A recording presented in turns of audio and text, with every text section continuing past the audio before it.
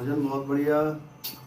मेरे गुरु जी का आगमन होगा, लेकिन जो हमारा असली गुरु है, क्योंकि इस भजन को सुन के लोग सोचते हैं कि शायद ये देही गुरु की बात हो रही है, हिंदू का गुरु, मुसलमान का गुरु, सिख का गुरु, ईसाई का गुरु, लेकिन ये बात है शब्द गुरु कि जब मेरा परमात्मा गुरु रूप में आएगा, जिसको मैं परमात्मा परमात्मा परमात्मा कह रही हूं, वो परमात्मा का रूप क्या है पहले ये समझना है। हर इंसान परमात्मा को मानता है, हिंदू भी मान रहा है, मुसलमान भी कह रहा है परमात्मा, अल्लाह, वाहिगुरु, जो भी कह रहा है वो सब नाम है। उसका स्वरूप क्या है? नाम सबको प्यारा है। हिंदू को राम बहुत प्यारा है, देखो राम मंदिर बन रहा है ना, अभी 22 तारीख तक पूरा हल्ला मचा रहेगा।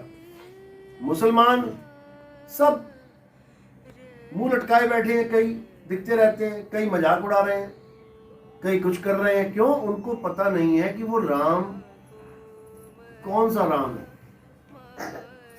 वो किस राम की बात चल रही है। ऐसे ही सिख अपने वाहिगुरु को, अपने अकाल पुरुष के नाम को पकड़ के बैठे, और ईसाई गॉड के नाम को पकड़ के बैठे। हर इंसान नाम को पकड़ के बैठा है, लेकिन नाम की जो वस्तु है उसको नहीं जान रहा। हिंदू सोच रहा है कि मेरा राम वो धनुष बाण वाला राम था, वो तो त्रेता युग में आए थे। त्रेता युग से पहले तुम राम बता दो कहां है। धनुष बाण लेके खड़े हो कहीं। द्वापर युग से पहले तुम कृष्ण जी बता दो कहां है। अगर ये द्वापर त्रेता नहीं आता ही नहीं, तो बताओ तुम राम और श्याम का मंदिर कैसे बना? ये नाम भी ना होते, केवल सतयुग होता तो केवल विष्णु जी की बात चलती, और सतयुग भी ना होता तो कौन होता परमात्मा? सतयुग में ब्रह्मा विष्णु महेश की उत्पत्ति, देवी भागवत पुराण पढ़ो, उसमें बिल्कुल स्पष्ट लिखा है कि मैं ही ब्रह्मा विष्णु महेश की उत्पत्ति करती हूं। अगर वो उत्पत्ति ना करती तो कौन भगवान होता? तो किसको भगवान कहते? और अगर देवी आई है तो देवी भी तो कहीं से आई होगी ना। अगर देवी भी ना होती तो भगवान कौन होता? क्योंकि ये सब काया है, शरीर है। ये शरीर आते हैं जाते हैं, आते हैं जाते हैं। शरीर भगवान नहीं होते। शरीरों से परे जो एक अदृश्य शक्ति है, उसको जानना है, जो आपके शरीर को भी चला रही है। कैसे आए घर से यहां तक? कौन आपको उठा के लेके आया? ये 50, 60, 70 किलो की लाश को कौन ढो रहा है? उस शक्ति को जिस दिन जान जाओगे ना, तुम्हें राम का मतलब पता लग जाएगा। राम का मतलब होता है जो रोम रोम में रमता है, उसको कहते हैं राम। रमता राम। साईं अपनी वाणी में समझा रहे हैं, कस्तूरी कुंडल बसे और मृग ढूंढे वन माही, ऐसे रमता राम है ये दुनिया जाने नहीं। वो रमता राम जो तुम्हें यहां से यहां तक लेके आया, वो रमता राम जो हनुमान जी को पर्वत तक पहुंचाने का काम कर गया, वो रमता राम जो राम जी को चला रहा है, धनुष बाण उठा रहा है, वो रमता राम जो कृष्ण जी के शरीर को चला रहा है, उनसे पहाड़ उठवा रहा है, वो रमता राम जो हिंदू मुस्लिम सिख ईसाई सारे भाइयों को चला रहा है। बता दो किसी के पास आत्मा ना हो तो आत्मा के नाम सुना है ना सबने? सबने?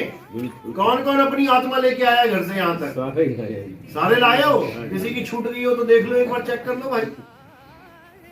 सब लेके घूम रहे हो उस आत्मा को। लेकिन बता दो जरा किसकी आत्मा किसी ने देखी है? चेक करिए कभी। आत्मा होती कैसी है? आत्मा है क्या? नाम सबने सुना है, लेकिन आत्मा है क्या? जिस दिन ये जान जाओगे ना, उस दिन तुम्हारे झगड़े खत्म हो जाएंगे। उस दिन तुम्हें समझ में आ जाएगा, जैसे मेरे शरीर को आत्मा चला रही है वैसे ही राम जी के शरीर को आत्मा चला रही है, कृष्ण जी के शरीर को आत्मा चला रही है, चींटी से लेके व्हेल मछली के शरीर को आत्मा चला रही है। इसीलिए कृष्ण जी ने अर्जुन को स्पष्ट बोल दिया कि हे अर्जुन, तू और मैं ये शरीर नहीं है। वो मूर्ख है जो मुझे और तुझे शरीर माने बैठे हैं। ये शरीर हम नहीं है, जाएंगे, काटे जाएंगे, जलाए जाएंगे। हे अर्जुन, हम मारे काटे जलाए नहीं जा सकते। क्यों? क्योंकि हम आत्मा हैं। हम आत्मा हैं। आत्मा को ना तो कोई शस्त्र काट सकता है, आत्मा को ना तो कोई अग्नि जला सकती है, ना कोई वायु सुखा सकती है, और ना कोई जल भिगो सकता है। वो है हम। वो है हम। ये शरीर नहीं है। ये शरीर तो हमारे कपड़े हैं। जैसे आप कपड़े पहन के आए हो, कोई हरा, कोई पीला, लाल, गुलाबी, तो तुम थोड़ी नहीं हरे, पीले, लाल, गुलाबी हो गए। ये कपड़े हैं। आज पीले हैं, कल नीले, कल नीले हैं, परसों गुलाबी, आज गुलाबी हैं, कल को हरे। कैसे बदलते रहो। इसी प्रकार विष्णु जी ने भी, विष्णु जी भी हम तब इसलिए बोल रहे हैं क्योंकि विष्णु जी से दिखाया जाता है कि उनके अवतार हुए, जबकि विष्णु जी भी खुद एक अवतार है। हम देखते हैं विष्णु जी के 10 अवतार। पहला अवतार, कौन से कपड़े पहने उन्होंने? कौन से कपड़े पहन के अवतार लिया? मछली के कपड़े पहन लिए, कॉस्ट्यूम सही है, पहन लिए। बच्चे पहनते हैं फैंसी ड्रेस कंपटीशन में। कोई मछली बन के आ जाता है, कोई मगरमच्छ बन के आ जाता है, कोई गोरिल्ला बन के आ जाता है, कोई गांधी बन के आ जाता है, कोई भगत सिंह बन के आ जाता है। ये कॉस्ट्यूम्स हैं। तो सबसे पहला कॉस्ट्यूम कौन सा पकड़ा उन्होंने? मछली का। जैसे लीला खत्म हुई, छोड़ दिया, वो कपड़ा छोड़ दिया। अब दूसरा कौन सा कपड़ा पकड़ा? कछुए का। कुरुम अवतार। पहला मत्स्य अवतार, दूसरा कुरुम अवतार, उसको भी छोड़ दिया। मैं कछुआ भी नहीं। फिर क्या आ गया? वरा अवतार, जंगली सुअर का अवतार। दोनों दांतों पे पृथ्वी रख के लेके आए। थोड़ी देर बाद वो भी उतार दिया, नहीं चाहिए। तीसरा कॉस्ट्यूम भी गया, यानी मैं मछली भी नहीं, मैं कछुआ भी नहीं, मैं वरा भी नहीं। अब कौन सा अवतार आ गया? नरसिंह अवतार। आधा आदमी आधा औरत, आधा आदमी आधा जानवर। थोड़ी देर के बाद वो भी उतार दिया कि मैं आधा आदमी आधा जानवर भी नहीं। उसके बाद जितने भी अवतार आए सारे कपड़े पहने, उतार के चले गए। लेकिन जब राम और कृष्ण जी का अवतार धारण किया, वो वाले कपड़े पहने, इंसान वाले, तब हमने उसको कसके पकड़ लिया। हमने कसके पकड़ लिया कि ये है असली अवतार, और उसको प्रभु मान लिया। मछली को प्रभु नहीं माना। बता दो किसी मछली का कोई मंदिर का झगड़ा हो रहा हो कि हम मछली अवतार का मंदिर बनाएंगे। बता दो किसी कछुए के अवतार का मंदिर बना रहे हो तुम। बता दो किसी वरा अवतार का मंदिर तुम बना रहे हो। तुम किसका मंदिर बना रहे हो? राम अवतार, कृष्ण अवतार, क्योंकि तुम्हें अत्यंत प्रिय लगे ये अवतार। क्यों? क्योंकि मनुष्य चूना धारण किया हुआ है और ऐसी लीला कर दी है कि तुम्हारे मन को भा गए। जबकि वो ना मछली है, ना कछुआ है, ना वरा है, ना नरसिंह है, और ना ही राम है, ना ही श्याम है। वो कौन है? आत्मा है। ये आत्मा ही धारण कर रही है कपड़े को।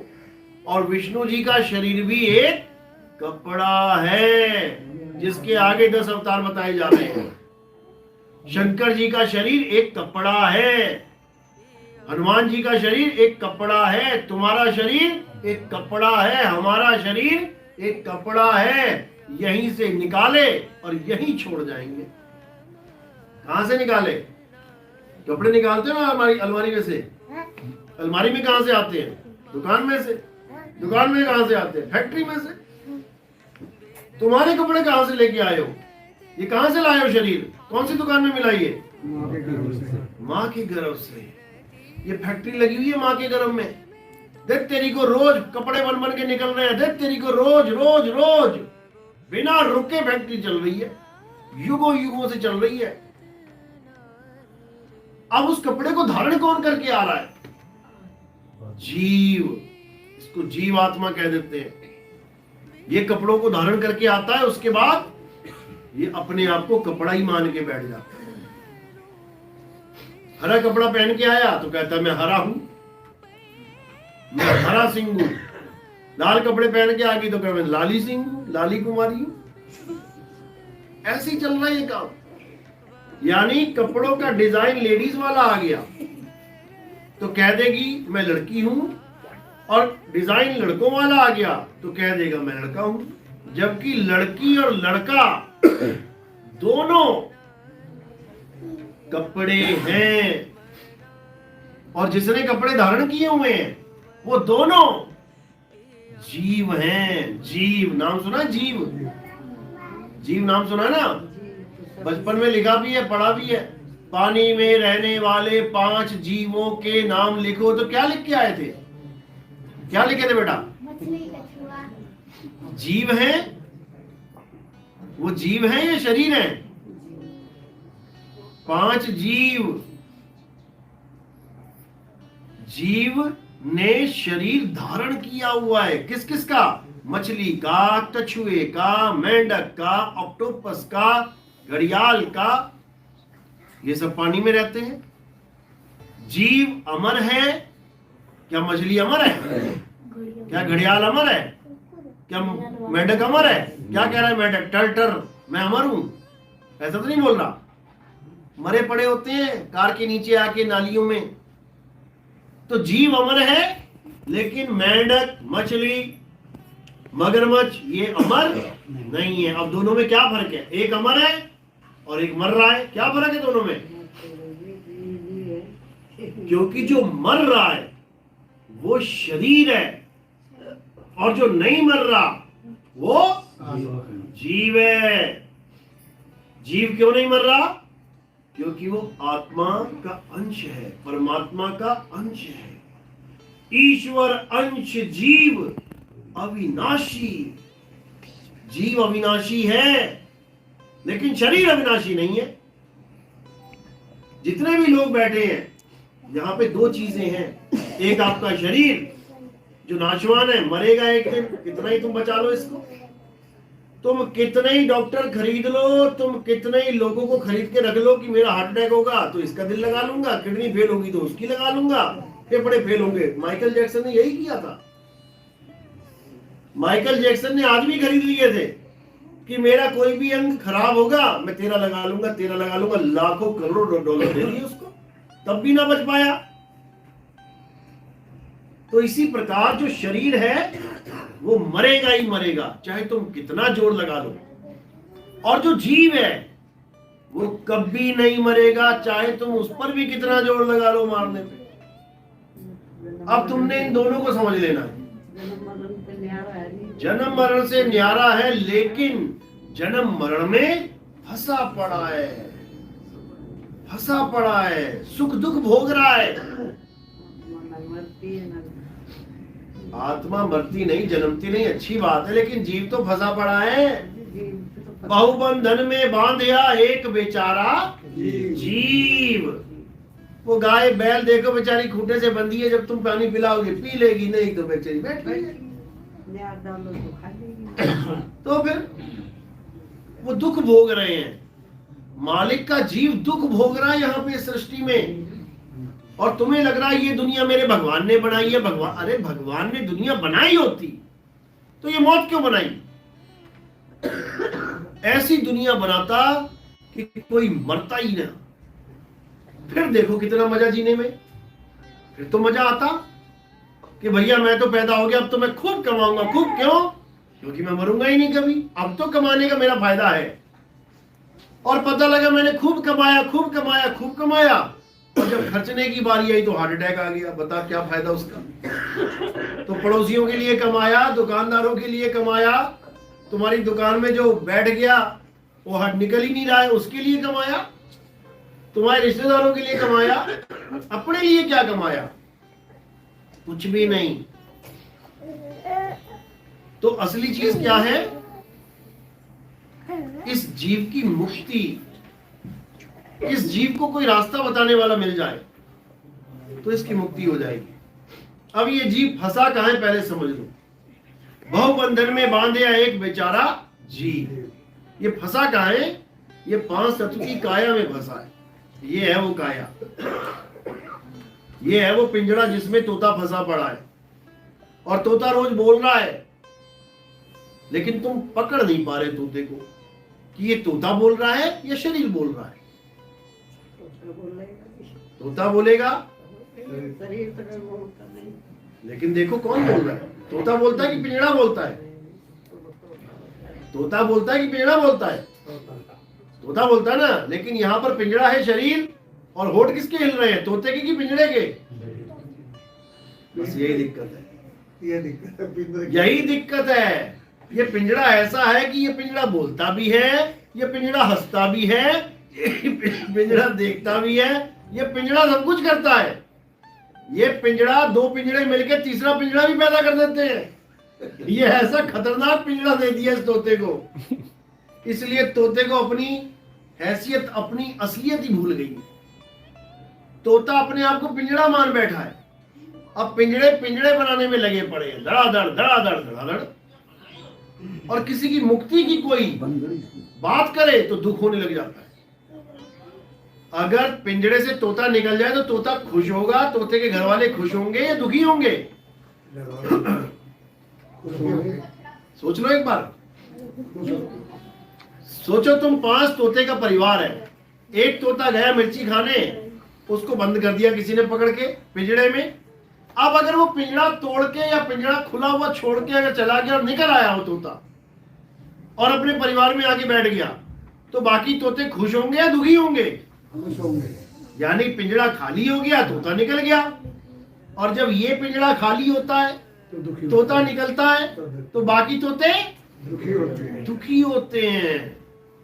अरे भाई ये तो निकल गया, दुखी होते हैं। क्यों दुखी होते हैं? क्योंकि उन्होंने गुलामी को ही जीवन मान लिया है।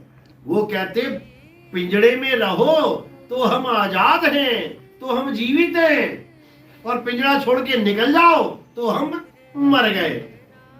उल्टी कहानी चल रही है। पिंजड़े में रहने को आजादी, पिंजड़े में रहने को जीवन मान के बैठे हैं,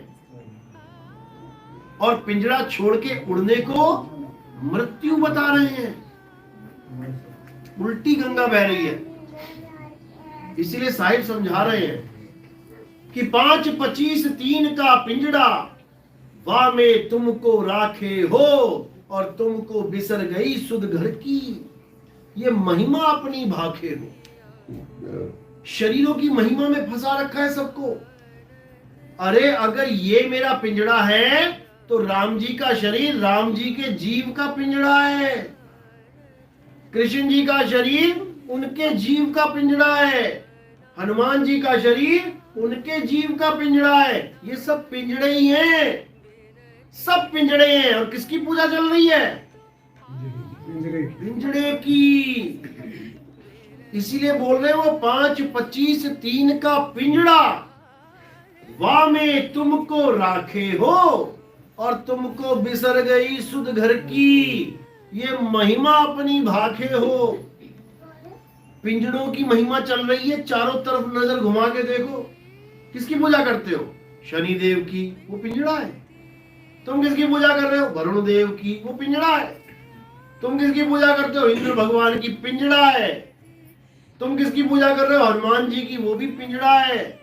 तुम किसकी पूजा कर रहे हो? शंकर जी की, राम, अरे वो भी पिंजड़े हैं। असली राम पिंजड़ा नहीं है। हे अर्जुन, जो मुझे ये शरीर मानता है जो मुझे आदमी औरत करके जानता है, जो मुझे ये हाथ कान पैर आंख ये इंद्रियां समझता है, उससे बड़ा कोई दुनिया में अज्ञानी नहीं है। क्योंकि मैं शरीर नहीं हूं, मैं अजन्मा हूं, नित्य हूं, शाश्वत हूं, पुरातन हूं। मैं ही सत्य सनातन हूं। सत्य सनातन मतलब क्या होता है?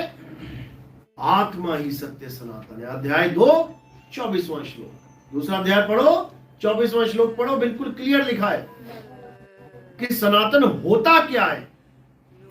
आज कोई भी भगवा चोला पहन लेता है, हाथ में त्रिशूल उठा लिया, हम सनातनी हैं, झंडा उठा लिया, हम सनातनी हैं। अरे भैया, सनातनी का मतलब तो जान ले, होता क्या है सनातनी। अध्याय 24वां श्लोक पढ़ोगे, साफ लिखा है, हे अर्जुन, आत्मा अचल है, अघुलनशील है,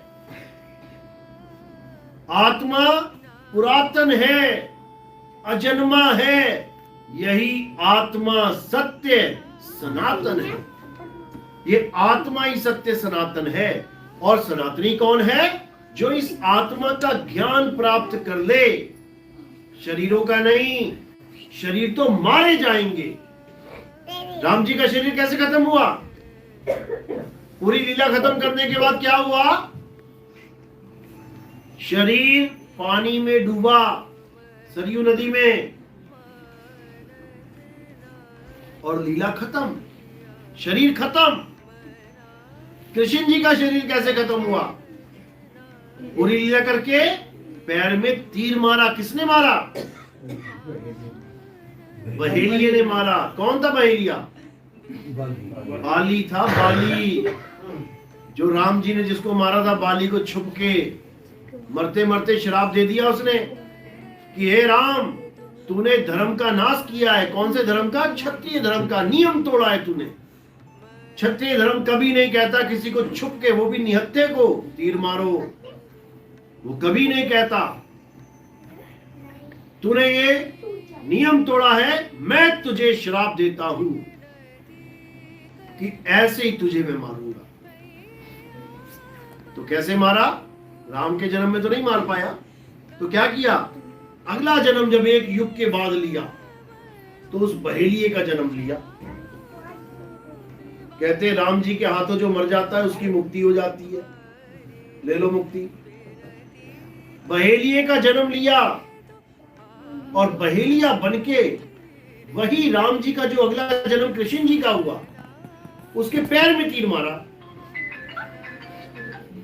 पैर में तीर मारा, तब जाके कृष्ण जी का शरीर खत्म हुआ। लेकिन कृष्ण जी नहीं मरे, कृष्ण जी का शरीर मरा, कृष्ण जी नहीं मरे। जैसे मेरा घर टूटा, मैं नहीं मरा। मेरी गाड़ी पलट गई, मैं नहीं मरा। इसी प्रकार कृष्ण जी का शरीर खत्म हो गया, कृष्ण जी नहीं मरे, क्योंकि कृष्ण जी शरीर है ही नहीं। जब तुम्हें यह समझ में आ जाएगा, तब तुम्हें असली भक्ति का पता लगेगा कि अगर मैं राम या कृष्ण जी की पूजा करना चाहूं तो कैसे करूं। ये शरीर एक गाड़ी की तरह है और हम ड्राइवर हैं। अब कोई मेरे गले में हार डाले, समझ में आता है जो कार मैंने गली में खड़ी कर दी, उसके गले में हार डाल डाल के पूजा करने लग जाओ और कहो मैं गुरुजी की पूजा कर रहा हूं, तो कभी नहीं होगा ऐसा। अच्छी तरह समझ लो, जैसे कृष्ण जी आत्मा है वैसे आप भी आत्मा है, वैसे हम भी आत्मा है। हमारी पूजा आत्मा की पूजा है, काया की पूजा नहीं है। इसको समझना है। तो दो ही प्रकार की चीजें हैं, एक असत्य एक सत्य। हे अर्जुन, इस दुनिया में दो प्रकार के तत्व हैं, एक सत्य एक असत्य। असत्य वो है जो पैदा होता है जिसका नाश हो जाता है, जैसे शरीर। राम जी का शरीर पैदा हुआ, नाश हो गया।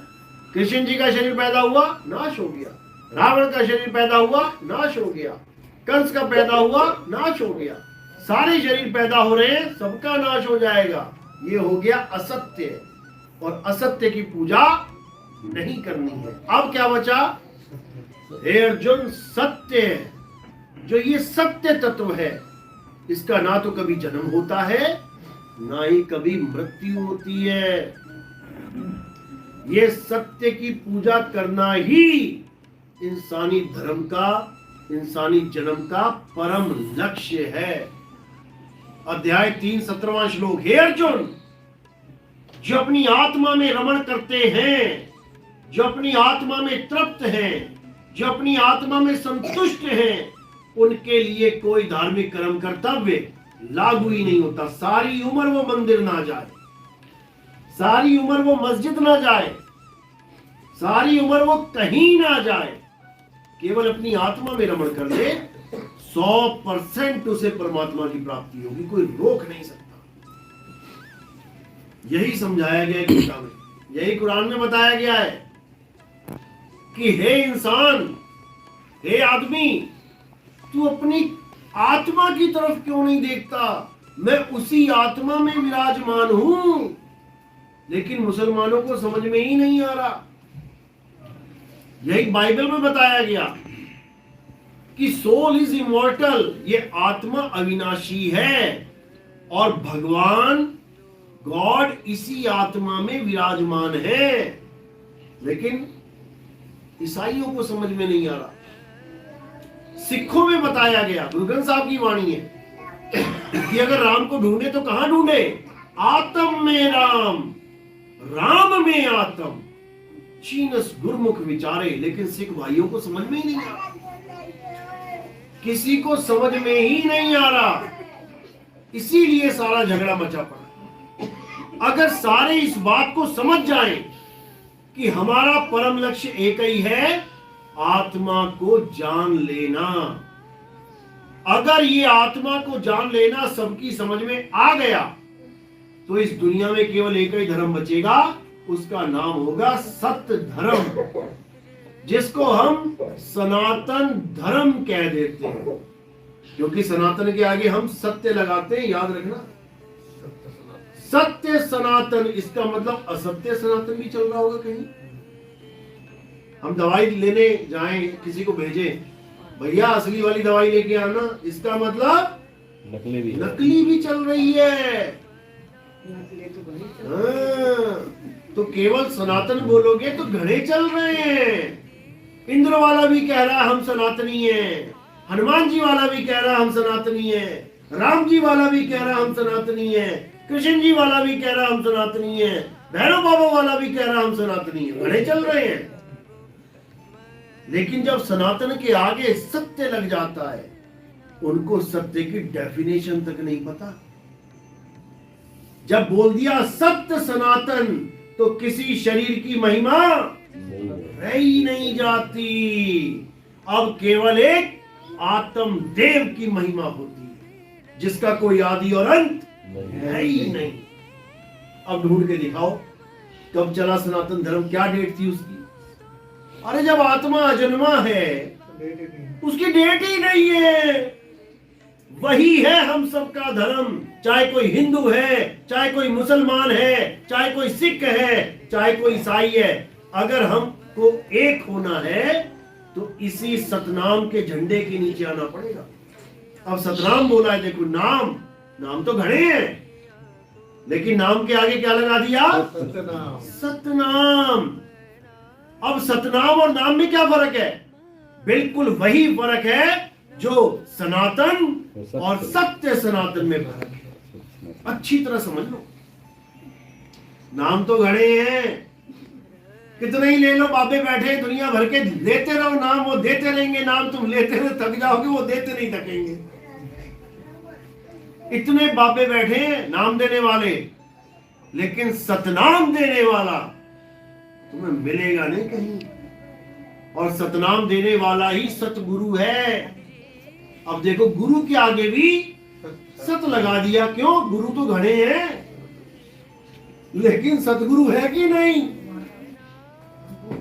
तो साहिब समझा रहे, सतगुरु सोई सतनाम बतावे, और बाकी गुरु कोई काम ना आवे। कर दिया खात्मा सारे गुरुओं का। बस इसी को समझना। जिस दिन तुम्हें ये सत्य की डेफिनेशन पता लग गई, तुम्हें सतनाम भी पता लग जाएगा और तुम्हें सतगुरु भी पता लग जाएगा। आज सारे लगे पड़े मेरा गुरु तो सतगुरु है, मेरा गुरु तो धन धन सतगुरु धन। अरे भाई पहले जान तो ले सतगुरु का मतलब क्या होता है।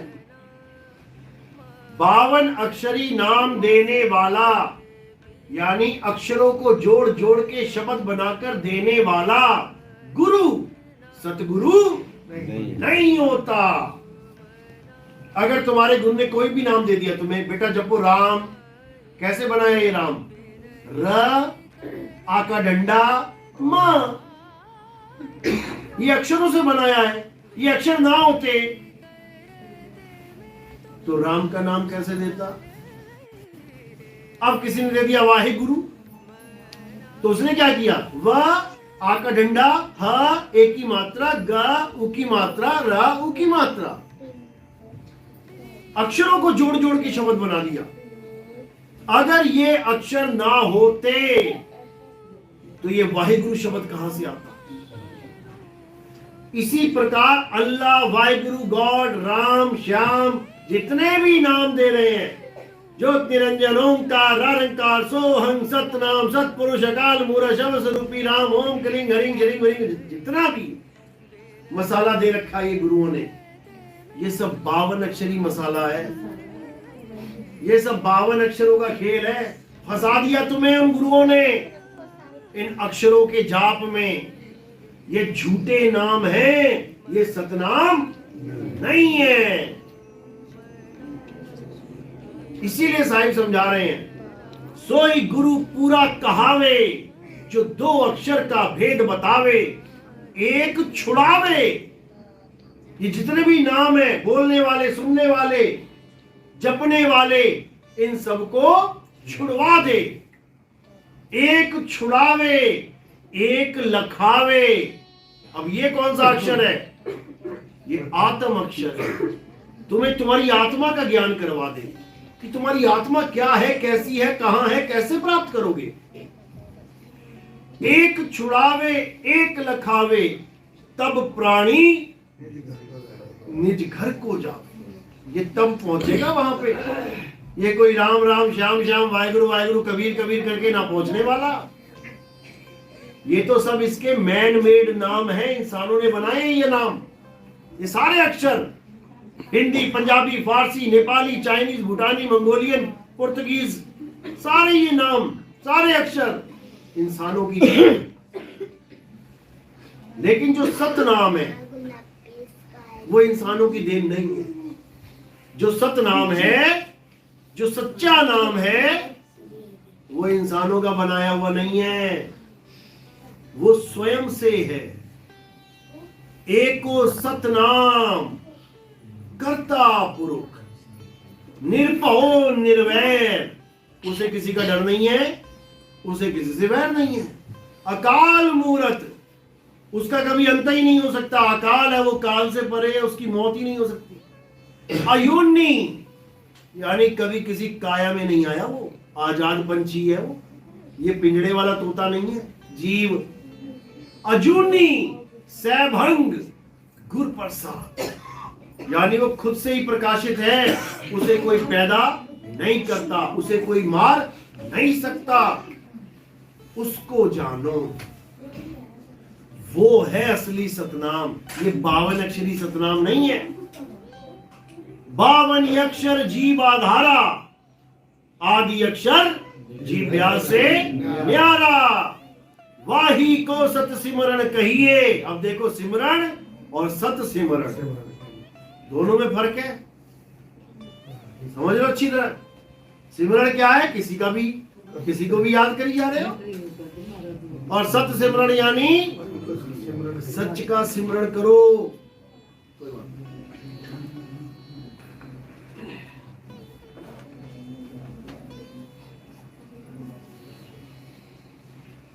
वाही को सत सिमरण कहिए, सिमर सिमर नर उतरो पारा। अगर कोई हिंदू है और कहे कि मैं राम राम जपता हूं, मुझे भगवान मिलेगा, अगर सच्चे गुरु के पास चला गया, वो क्या कहेगा? राम राम जपना छोड़ दे। अगर कोई मुसलमान उस गुरु के पास पहुंच गया, कहता है मैं अल्लाह अल्लाह जप रहा हूं अल्लाह को पाने के लिए, तो वो क्या बोलेगा? अल्लाह अल्लाह जपना छोड़ दे। अगर कोई सिख पहुंच गया उस गुरु के पास कि मैं वाहिगुरु वाहिगुरु जपता हूं परमात्मा को पाने के लिए, तो वो क्या कहेगा? वाहिगुरु वाहिगुरु जपना छोड़ दे। और अगर कोई ईसाई पहुंच गया, कहता मैं गॉड गॉड जपता हूं, तो वो भी जपना छोड़ दे। एक छुड़ाए एक लखाए। अब हिंदू है, मुसलमान है, सिख है, ईसाई है, इससे कोई फर्क नहीं पड़ता। क्यों? क्योंकि जिसको प्राप्त करना है वो आत्मा सब में है। हिंदू में भी है, मुसलमान में भी है, सिख में भी है, ईसाई में भी है। आत्मा तो सब में है, लेकिन उसको जानते नहीं है। बस दिक्कत ये है।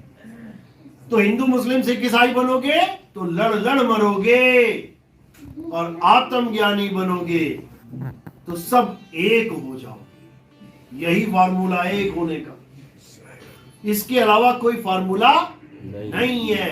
हिंदू कह रहे हैं हिंदू राष्ट्र बना दो, मुसलमान कह रहे हैं पूरी दुनिया में इस्लाम होगा, ईसाई कह रहे हैं कि अभी सेकंड कमिंग ईसा मसीह आएंगे, पूरी दुनिया में ईसाई ईसाई हो जाएंगे। अरे भैया कुछ ना होने वाला ऐसा। झगड़े मच जाएंगे। तुम हिंदू हिंदू करोगे, उधर बौद्धिस्ट आ गए, हम भी तो रहते हैं इस देश में, उधर सारे हरिजन एकता एक हुई पड़ी है। आओ तुम्हें बताते हैं देवी देवताओं वालों, तुम्हारे अंदर ही गृह युद्ध हो जाएगा, मर जाओगे, लड़ जाओगे, सड़ जाओगे, एक नहीं हो पाओगे। नहीं तो एक मंच पे एक होके दिखा दे चारों महात्माएं। हिंदू मुस्लिम सिख ईसाई हरिजन राजपूत ब्राह्मण सारे एक मंच पे बैठा दो, जितने लीडर है तुम एक होके दिखा दो यार।